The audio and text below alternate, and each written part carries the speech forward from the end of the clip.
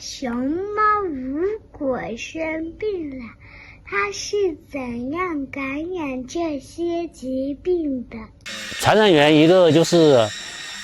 野生动物，比如说鸟啊这些它们的排泄物，如果在我们大熊猫生活区的话，这也是一种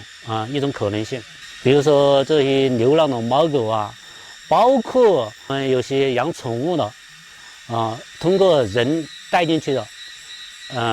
给传染给熊猫的。工作人员，大熊猫工作人员不仅是饲养员，或者说我们兽医，家里是绝对不能养宠物的，因为这样宠物的话，它很容易把它身上的一些疾病通过人，传染给熊猫。